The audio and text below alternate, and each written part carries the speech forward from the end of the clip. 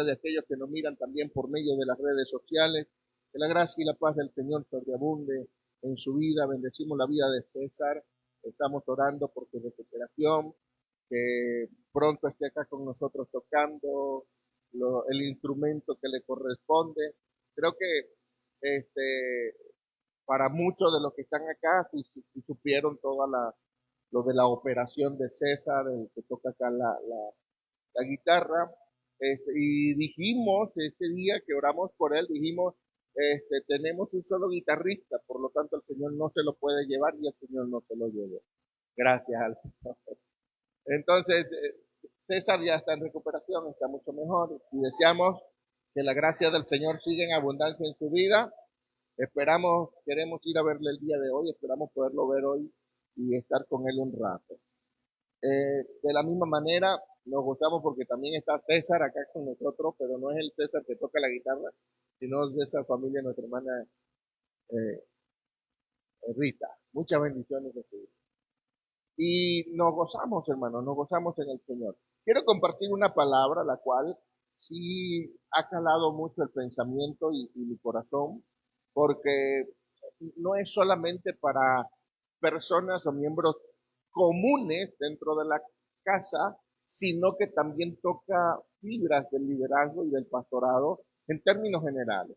Y quise hablar esta temática aquí internamente con Casa Servi, con el simple motivo de que pueda quedar plasmado dentro de nuestras redes sociales el pensamiento que nosotros manejamos como iglesia y los conceptos que nosotros tenemos, fundamentalmente hablando de aquellos principios que nos gobiernan o que nos dominan.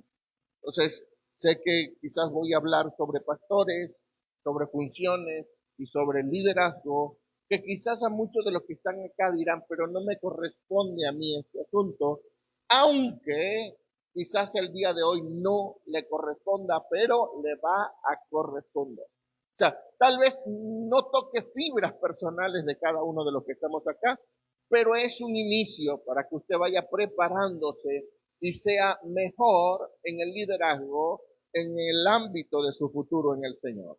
Entonces, hay una porción bíblica que todos la conocemos, hemos leído muchas veces sobre ese asunto e incluso hemos predicado en Juan capítulo 10, desde el versículo 7 en adelante, donde habla sobre la función de Jesús como pastor y él hace una presentación. No voy a tocar todos los versículos, simplemente quiero tocar algunos puntos particulares que noté dentro de esta palabra solo como introducción para lo que quiero enseñar.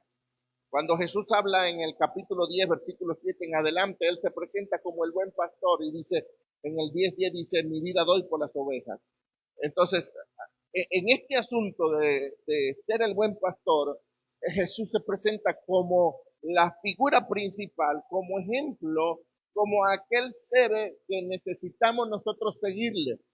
Oiga algo particular que nos hemos adjudicado muchos pastores. Nos hemos adjudicado ser dueños de un rebaño el cual no nos pertenece. Cuando hablo de rebaño, hablo en sentido figurado. No estoy hablando de que somos dueños de ovejas, literalmente. No, estamos adjudicándonos ser dueños de personas, las cuales ninguno de los que hoy participan de una casa congregacional son pertenecientes a un líder o a un pastor. No, le pertenecemos al 100% a Cristo, sea el lugar donde nos congreguemos, la denominación a la que pertenezcamos o el sitio a donde nosotros participemos como iglesia. Nosotros no somos pertenencia de un hombre o de una figura de liderazgo. Seguimos ejemplos de un liderazgo, como lo dicen las escrituras. La Biblia dice, imitad la fe de vuestros pastores. ¿Por qué? ¿Qué va a pasar con ese asunto? Dice, porque ellos darán cuenta a Dios por lo que les están enseñando.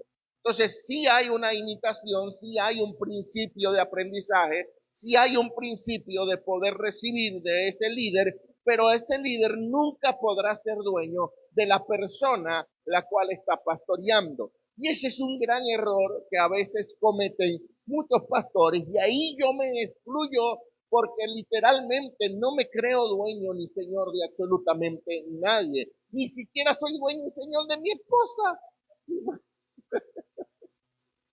Imagínense usted eso. Ni de mi hijo. Soy simplemente una guía dentro de esa casa, dentro de ese hogar y dentro de mi familia. Pero no puedo ser el dueño y señor de ellos.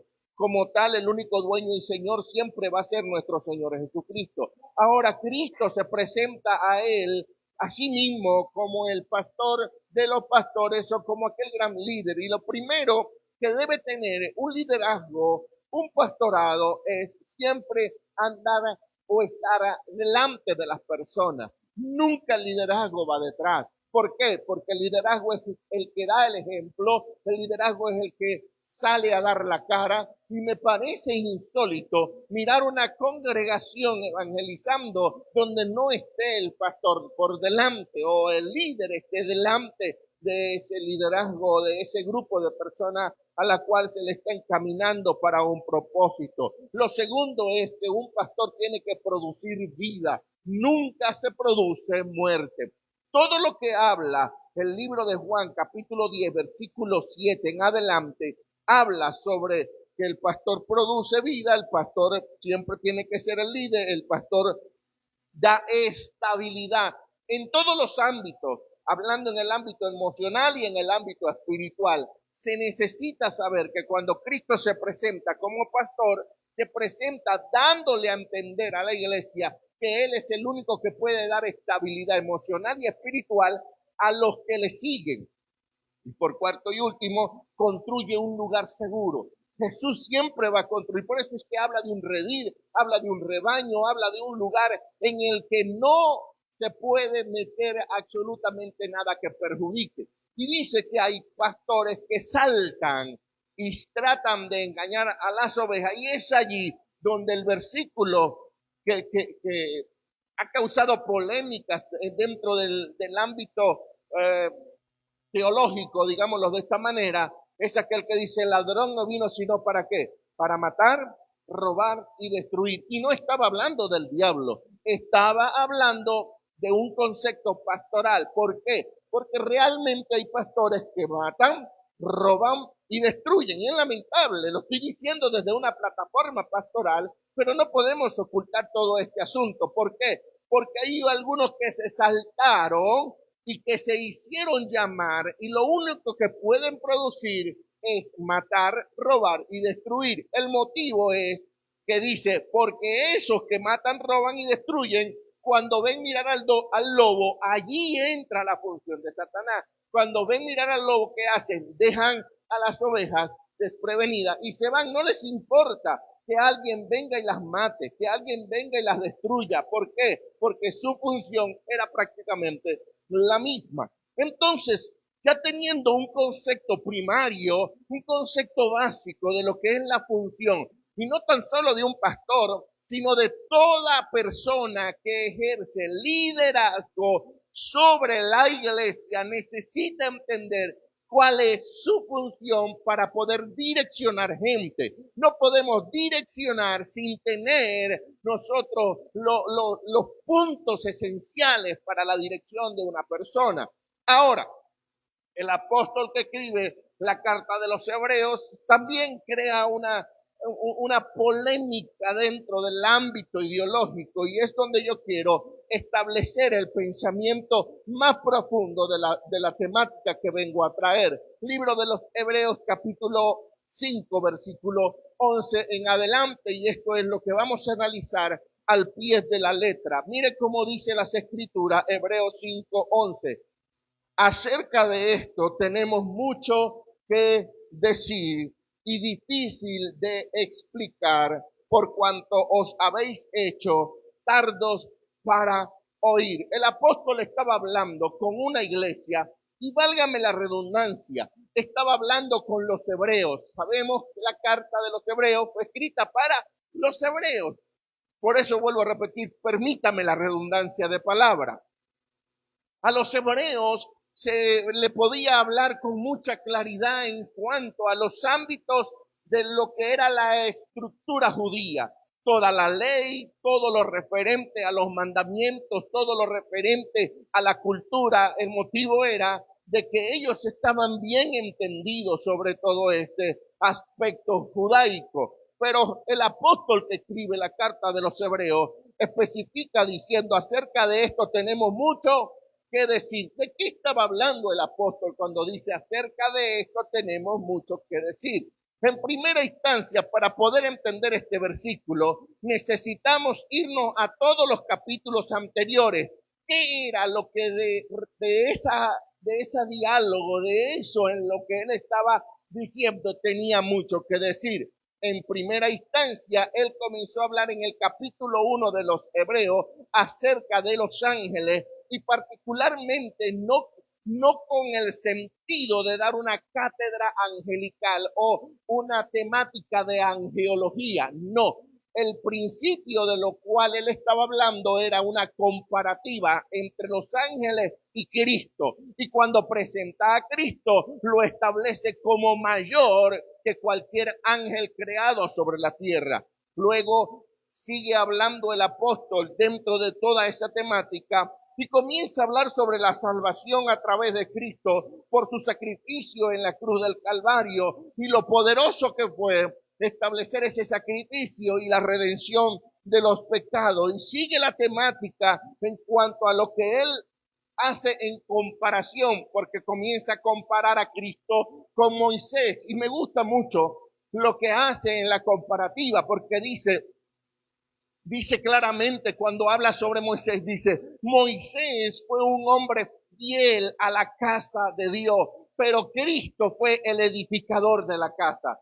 Es algo totalmente diferente a alguien que sea fiel a un lugar o a alguien que es un edificador de ese lugar. Entonces en la presentación Moisés fue un siervo fiel que asistió dentro de la casa del Señor, pero Cristo fue el que la diseñó, la edificó, la construyó. Él pudo poner todos los fundamentos dentro de la casa. No tan solo eso, sino que él también presenta a Cristo y lo presenta como en comparativa a dos sacerdocios. El primer sacerdocio lo presenta como un sacerdocio arónico, pero presenta a Cristo como el sacerdote según el orden de Melquisedec, que es un sacerdocio para siempre. El sacerdocio arónico concluye con la muerte de Cristo en la cruz del Calvario, pero el sacerdocio de Cristo nunca tuvo un final. Desde que se fue constituido según el orden de Melquisedec hasta nuestros días, sigue siendo sacerdote para siempre. No caduca Cristo en ningún ámbito de vida. Y esto es lo que el apóstol está diciendo a aquella iglesia a la cual ya se había constituido durante muchos años, y le dice a esa iglesia, le dice: de estas cosas tengo mucho que hablar. Ellos entendían claramente que era todo lo que el apóstol les estaba hablando. Ellos entendían lo que era el sacerdocio arónico, ellos entendían lo que era el sacerdocio según el orden de Melquisedec, e incluso habla de Moisés y de Aarón, habla de Moisés y Josué, y dicen que Moisés y Josué pudieron llevar al pueblo y entregarle una tierra prometida, pero Cristo no vino a traer una tierra prometida, sino a entregarle un reino completo a la iglesia. Hizo comparativas, las cuales ellos tenían la capacidad de poder entender. Pero ¿qué es lo que sorprende del versículo que acabamos de leer? Lo sorprendente del versículo es que él, cuando les habla, le dice: acerca de esto tenemos mucho que decir y difícil de explicar, pero eso es lo que marca la diferencia. Dice: pero cuando os habéis, y de explicar, por cuanto os habéis hecho tardos, por cuanto os habéis hecho tardos, ¿para qué? Para huir. Mire lo difícil de este asunto, porque ellos eran entendidos, ellos sabían todo lo de la ley, ellos tenían la capacidad de poder interpretar la Biblia, ellos tenían la capacidad de poder estar allí, pero el problema de ellos no era la capacidad que podían tener acerca de los escritos antiguos. El problema de ellos es que se habían hecho tardos para oír. Mire esto. Le voy a leer nada más la frase tardos para oír en algunas versiones de las Escrituras.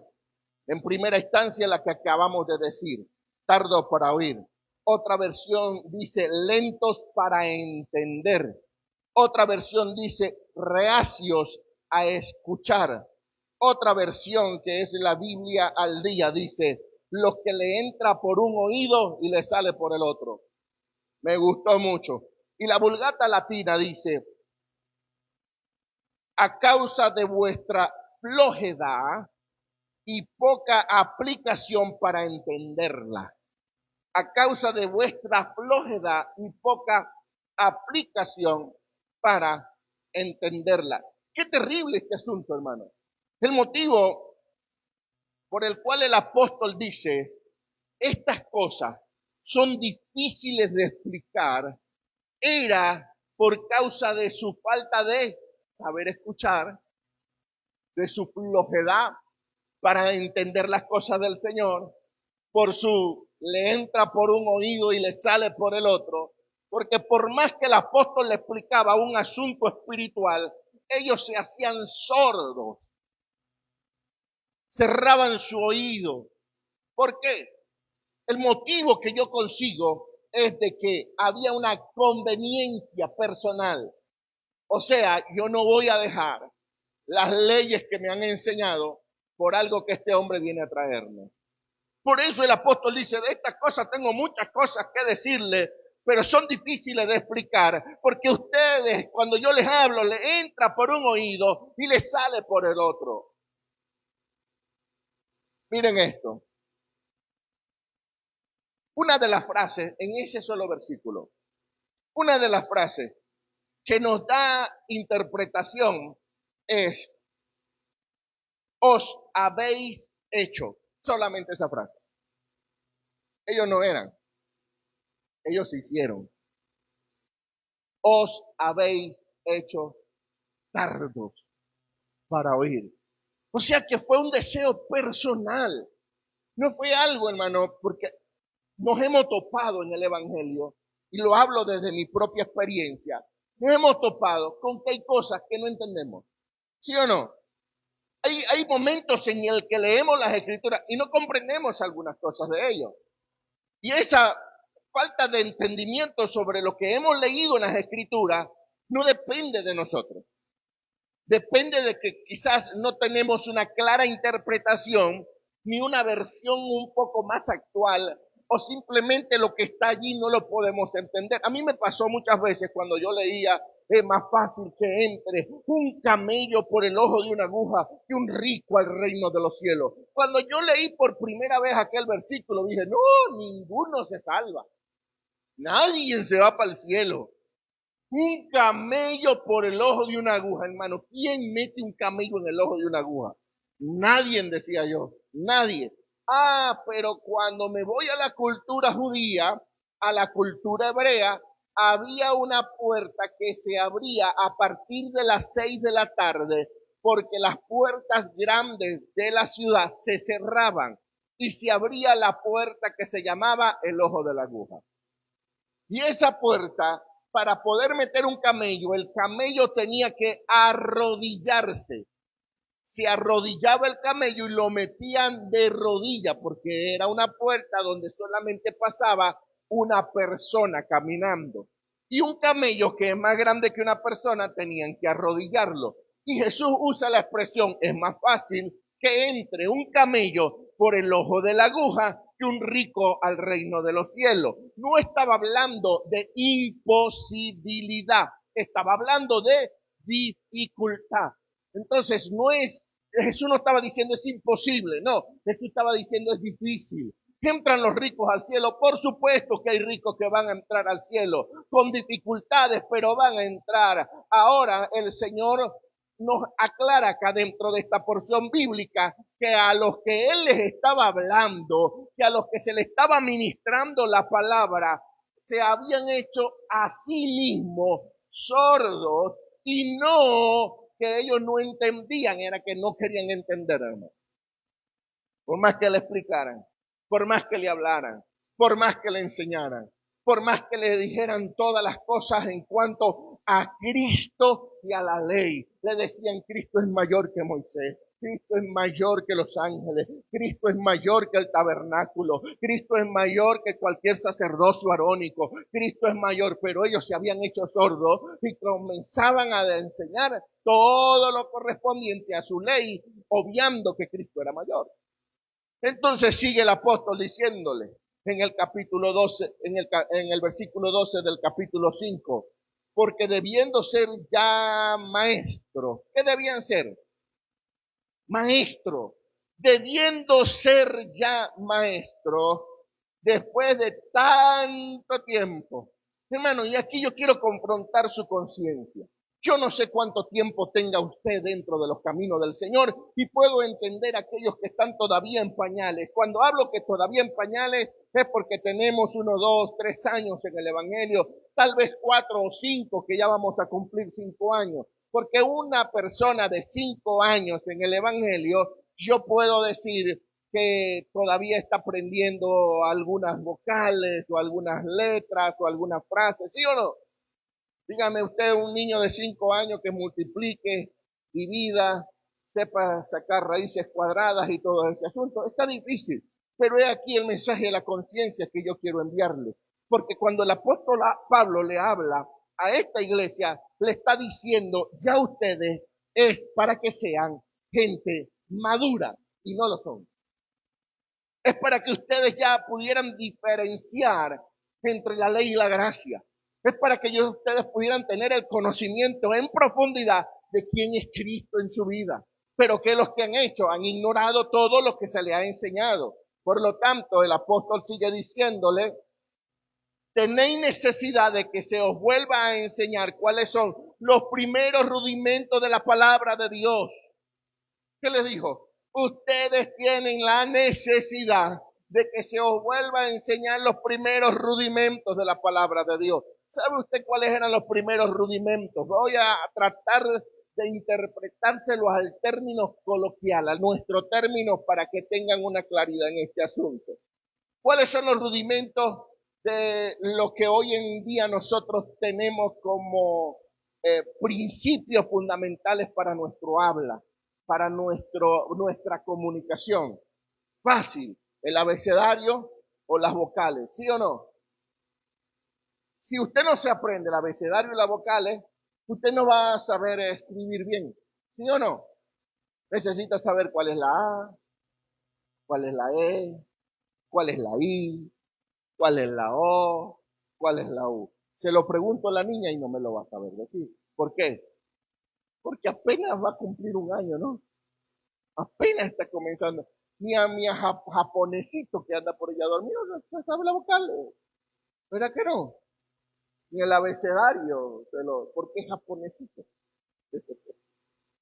Entonces, ¿qué hacemos nosotros cuando comenzamos a enseñar esos primeros rudimentos?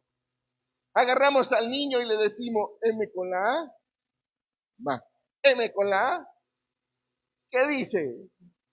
Ay, ni ustedes saben qué dice. No le dé pena que el que está saliendo por la cámara soy yo. P con la A, va. P con la A. Y ahí sí quedan muchos. Y les damos uno solo para que diga, papá. Pero ¿qué edad tiene cuando le estamos enseñando eso? 4 años, 5 años de edad. Están apenas con los primeros rudimentos. Esos primeros rudimentos ya debieron haber sido podríamos decir que ya deberíamos ser maestros nosotros. ¿Por qué? Yo no considero, yo voy a poner un ejemplo porque le tengo confianza, yo no considero sentarme con Charlie a enseñarle las vocales. Charlie, repite conmigo. A, E, I, O, U. Mírala, así es la A, así es la E. Hermano, ¿cómo me vería usted enseñándole las vocales a Charlie? Dirán, Charlie es muy, o el pastor está de verdad bien alto. Una de dos. ¿Por qué motivo? Porque Charlie ya no es para que ande en los primeros rudimentos. ¿Ya es para qué? para que él por lo mínimo sepa decir hello, algo en inglés, hermano. ¿Sí o no? Como la pastora el domingo pasado. ¿Cómo es, amor? Dígalo ahí. Holders. Ay, yo sé esta palabra tan profunda y sofisticada que se aprendió ella. Pero ya es para que tengamos quizás un leve conocimiento de algunas palabras en otro idioma, por decir algo. Un leve conocimiento ya en otras cosas más avanzadas. Pero lo que le está diciendo el apóstol acá, que aquellos que están esperando que se les vuelva a hablar de las cosas iniciales son niños. Son niños, dice, teniendo necesidad de que os vuelva a enseñar cuáles son los primeros rudimentos de la palabra de Dios, y habéis llegado a ser tales que teniendo necesidad de leche y no de alimento sólido. ¿Tenían necesidad de qué? De leche y no de alimento sólido. Terrible, hermano. Qué terrible.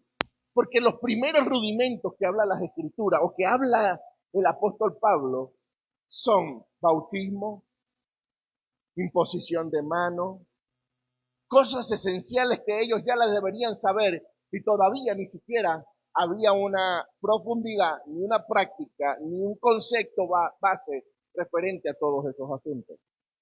Entonces ellos no sabían bien los rudimentos del Evangelio, las cosas que ya eran el ABC del cristianismo para aquel tiempo.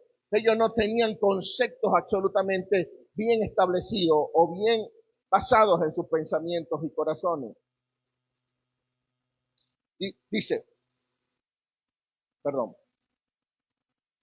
y habéis llegado a ser tales que teniendo necesidad de leche y no de alimento sólido. Una pregunta. A un niño, vamos a poner ejemplo ahora, ya me metí con Charlie, ahora me mete con tu. ¿Le darías un caldo de menudo a esta altura? Ya oí la cara, ya se lo dieron, bendito Dios, pobrecita la niña. No, no, es jugando, hermano. No se lo dan. ¿Sabe por qué? Porque es un alimento demasiado sólido para su estómago. Ella no puede soportarlo. Ahora, ¿cómo yo identifico que dentro de nuestra vida, dentro de nuestro ámbito personal, nosotros todavía somos inmaduros, todavía somos niños? Miren algo, si a usted, a cualquiera de los niños de la iglesia que ahorita están en clase, le diera 1 millón de pesos, pregunto, ¿qué se compraría un niño con 1 millón de pesos?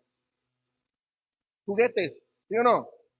Un carrito al control remoto. Un S-Word One, ¿cómo?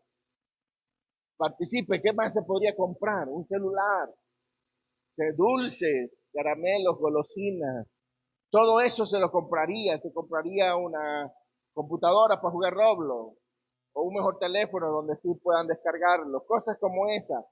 ¿Me equivoco? El BSP, bueno, eso que dijeron los hermanos de allá atrás. Todo eso se lo comprara. Ahora, la pregunta sería ahora para nosotros. Si a usted le cae ese millón, ¿qué se compraría? ¿El carro que le hace falta, sí o no? Uy, hermano, me falta un carro, pastor, me compro el carro. Una casa, pastor, me compro una casa. Pastor, pero el televisor que tengo es de 20 pulgadas, me compro el de 75. Es que está muy chiquito ese, yo quiero ver las películas en 4K. ¿Qué más no comprarían? Es que el juego de comedor que tengo ya está obsoleto, no sé, pastor.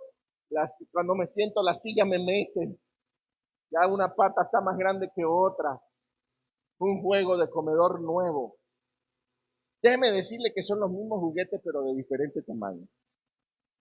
Porque ninguno pensamos que el que no los dio fue Dios. Yo le voy a poner un ejemplo. La Biblia dice, si en lo poco me eres fiel, en lo mucho te pondré. A veces se nos hace difícil poder dar un 10%, lo voy a decir para los que creen en el diezmo. El que no cree, bueno, siga en lo que usted cree. Pero se nos hace difícil dar un 10%. Vamos a suponer un ejemplo de 3,000 pesos. Son 300. Ese es un 10%. ¿Y de 1 millón cuánto es? Son 100,000 pesos. Ay, no, pastor, es que es mucha plata para la iglesia. Es mucho dinero. Por eso es que cuando no somos fieles en lo poco, nunca el Señor nos pondrá en lo mucho. ¿Por qué? Porque lo primero que pensamos es, esto no lo podemos dar. ¿Por qué? Porque es mucho para la obra, es mucho para el Señor, o es mucho para lo que se dedique. A usted no le tiene que importar para qué se dedica. Si a usted se le ha improntado en el corazón que es para Dios, es para Dios, es para el Señor. Y el problema de nuestra niñería es que no sabemos dar cuando el Señor nos da. Cuando el Señor nos da en abundancia, hermano, nosotros preferimos, y esto yo lo he dicho en cadenas, en redes sociales, a los pastores, porque cuando el Señor nos da en abundancia es porque nos está permitiendo bendecir. Y a veces no bendecimos ni al vecino que sabemos que tiene una necesidad. A veces no bendecimos ni a la familia que sabemos que tiene necesidad. Y es allí donde el Señor nos dice, no, si yo te doy 1,000,000 de pesos, hija, lo primero que vas a hacer es malgastarlo. Pero si estás quejándote en la iglesia cuando tienes calor o cuando tienes frío, porque no pudiste dar ni siquiera para que se compraran los aires. No pensemos ahorita en el lugar donde nos reunimos. Vamos a pensar entonces en nuestros padres, aquel papá y aquella mamá. Nos levantó, nos crió, nos hizo, y de repente vine y el Señor nos bendijo. No, pero que mi mamá ya tiene su vida hecha, ¿yo para qué le voy a dar? Honra a tu padre y a tu madre para que tus días sean largos sobre la tierra. Voy a decir algo que aquí no sé si era secreto o no, pero lo voy a decir, porque la persona que me lo dijo, no me dijo, es un secreto, pastor. No. Y está aquí, hermano, está aquí presente. La mamá de una hermana no quería que esa hermana viniera a la congregación cotidianamente. Lamentablemente la mamá falleció, pero me hizo una confesión la mamá de la hermana. Me dijo la hermana, no, pastor, yo la honré hasta lo último de sus días. Y que ella no quería que yo fuera a la iglesia, que ella no le gustaba mucho estos asuntos. Yo hacía el esfuerzo de bendecirla y ayudarla, pero también de servir al Señor. Nunca la deshonré, pero tampoco deshonré al Señor. Y eso a mí me agradó, hermano. Ya deben estar adivinando quién, a qué hermanita se le murió la mamá en estos tiempos. No, no le voy a decir quién, hermano. Si ella quiere confesarlo más adelante, que lo confiese. Aunque no me dijo que era un secreto, ¿no? Entonces, la honra a Dios está por encima de cualquier cosa. Y cuando nosotros honramos a Dios, tenemos que honrarlo según su palabra. Y su palabra dice, honra también a tu padre y a tu madre. ¿Qué paradojo es esto, verdad?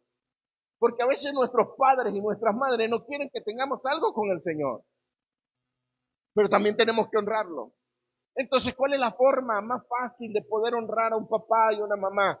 Aunque son testarudos, aunque tienen de verdad que a veces nuestros padres tienen un carácter fuerte, nosotros necesitamos darle honra. Bendígalos económicamente, cómprele lo que les hace falta, llévelos al médico, sáquelos a pasear, haga algo por ellos, eso es una honra, honrelo. Entonces, Dios no nos da para que nosotros nos creamos grandes y poderosos. Ah, es que Dios me está bendiciendo todas las semanas, todos los meses agarro 100,000 pesos. Y para Dios no hay nada. Para Dios no hay nada. ¿Sí me explico? Entonces eso nos hace niños. Eso nos hace niños. Porque si en lo poco no sabemos ser fiel para el Señor, nunca nos pondrá en lo mucho. Nunca nos dará en abundancia. Y eso era lo que Pablo le estaba diciendo. Ustedes son niños.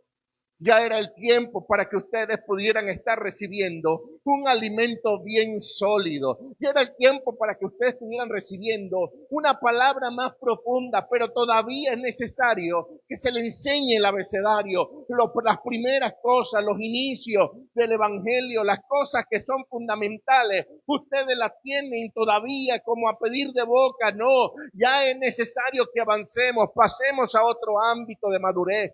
Crezcamos en lo que el Señor está haciendo. Ya dejemos de ser niños y comencemos a madurar. Versículo 13, para no alargarme mucho.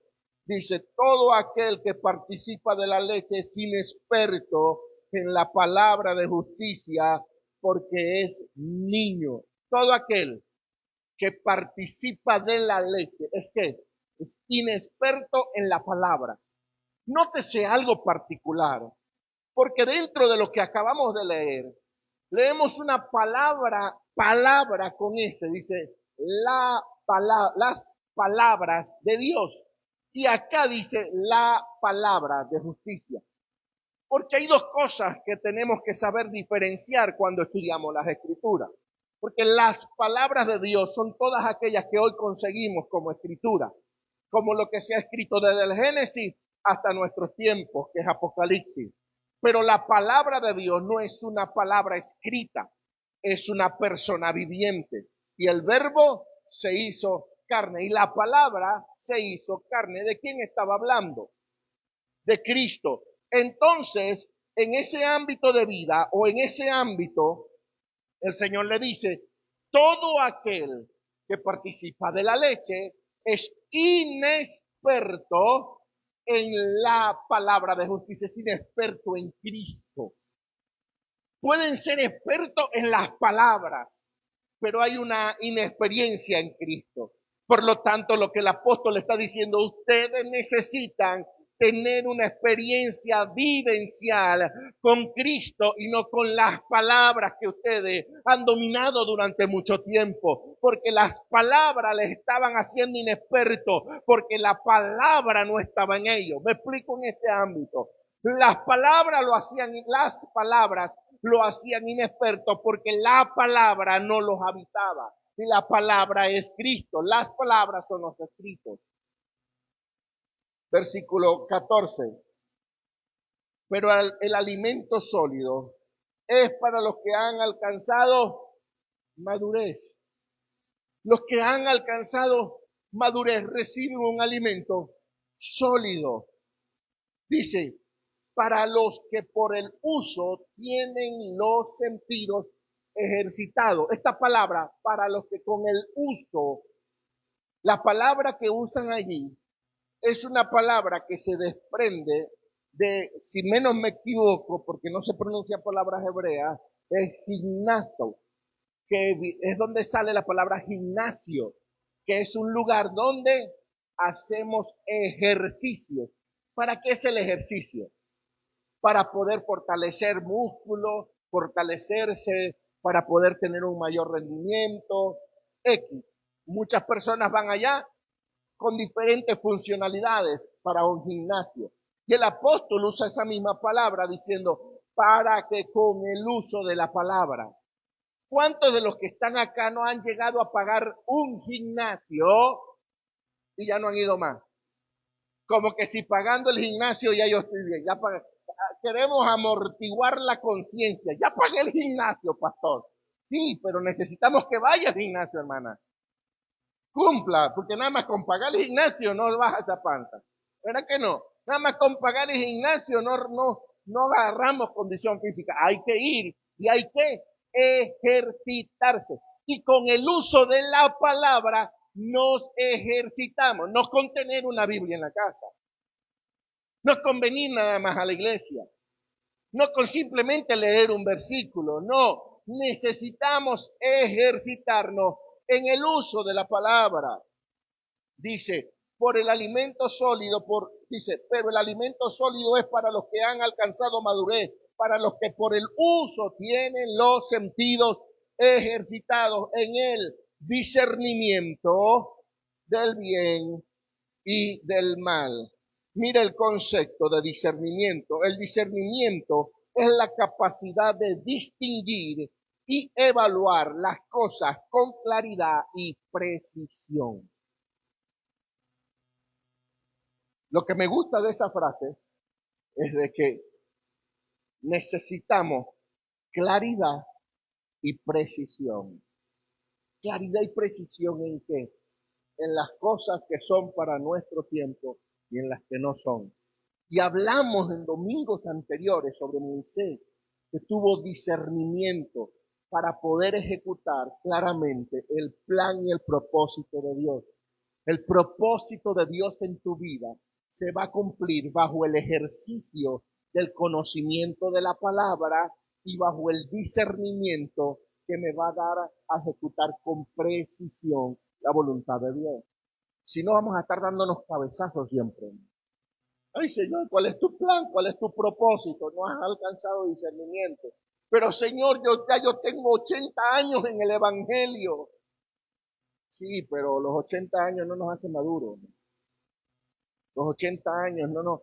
Yo tengo un promedio de 20 en el Evangelio y pasé como 10 años dándome cabezazos, hermano, hasta que aprendí, hasta que el Señor me dijo, o sigues la verdad o te quedas en tu mentira. Yo dije, Señor, yo voy a seguir la verdad, te va a costar, no importa, te van a criticar, no importa, te van a señalar, te van a odiar. Prefiero la verdad antes que seguir en el engaño y la mentira. Entonces, necesitamos, hermano, discernimiento para que haya una claridad en la visión y haya una precisión en la ejecución de la visión, de lo que Dios quiere para con tu vida. Uno solo es el propósito, se ejecuta de diferente manera en cada uno de nosotros y dentro de ese propósito el Señor planifica cómo hacerlo en nuestras vidas. Recuerde que en una oportunidad les dije, y con esto concluyo, aquí no se trata de que yo voy a meter a Dios en las cosas personales, en mis cosas. Ay, es que yo estoy metiendo a Dios en mi agenda. No, es que ya Dios lo metió a usted en su agenda y su agenda se desbarató, hermano. Se perdió. Usted tiene que olvidarse de una agenda y decir, bueno, Señor, ya estoy en tu propósito. ¿Qué planificaste? Házmelo saber. Y ahí es donde usted va a tener claridad y precisión en la ejecución del propósito. Y con esto les doy el claro ejemplo. Muchos de los que estamos acá pasamos el 2020, el año 2020. Decían, es el año de la visión, 2020, visión clara. Yo escuché eso, hermano. 2020, un propósito nuevo, la visión clara, 2020, el año 2020. El año 2020 todo el mundo la pasó encerrado en su casa. Qué visión tan clara tenían. Todo el mundo encerrado en la casa. Todo el mundo preparó agenda, todo el mundo dijo que iba a hacer, pero ya el Señor había preparado su agenda. ¿Y qué hizo el Señor con su agenda? Todos para guardarse en las casas. Cierren las iglesias. ¡Ay, el Señor dijo cierren las iglesias! Sí, cierren los locales para que podamos entender que la iglesia somos nosotros. ¿Y cuántos sobrevivieron a eso? Yo hablé con pastores, hermano. Me decían, hermano, después de la pandemia, qué difícil ha sido poder congregar gente, poder que la gente venga a la casa. Bueno, eso no eran, hermano. Eso eran unos fríos que estaban esperando que nada más le dieran un chance para descarriarse. Así de sencillo. ¿Y quiénes permanecieron? La gente que realmente amaron al Señor y que hoy están dentro de una congregación, un lugar de reunión para aprender. Y siempre se los he dicho, este lugar es nuestro sitio de adiestramiento. Dios nos adiestra, nos enseña, nos capacita. ¿Para qué? Para poder salir allá y ejercer el llamado que Dios nos ha hecho. Vamos a despedir a los que nos ven por las redes sociales. Gracias y paz sea a cada uno de ustedes.